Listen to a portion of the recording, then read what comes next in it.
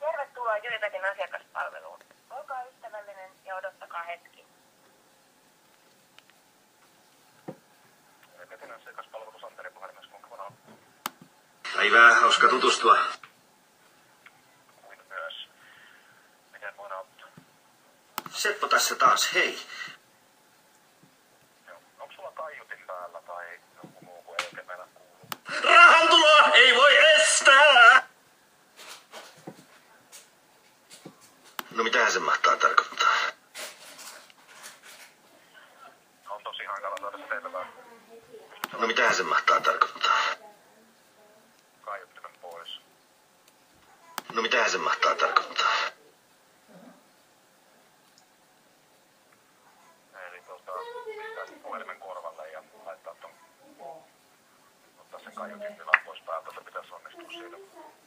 Päivät näkyy sen puhelimen ruudulla. No mitähän se mahtaa tarkoittaa? Mun auto on kadonnut. Kaiutin pois päältä puhelimesta, pitäisi onnistua siitä ruudulta. Kiitos, hei hei. Älä sinne selittää, sä oot jäänyt kiinni jo! Onks teillä nauhoitteet, mistä te soitat noita? Ja hyvää tulloa! On, taitaa olla. Ota salkkariin nauhoitteita, noin mitä sieltä tulee. Seppo Taalasmaa.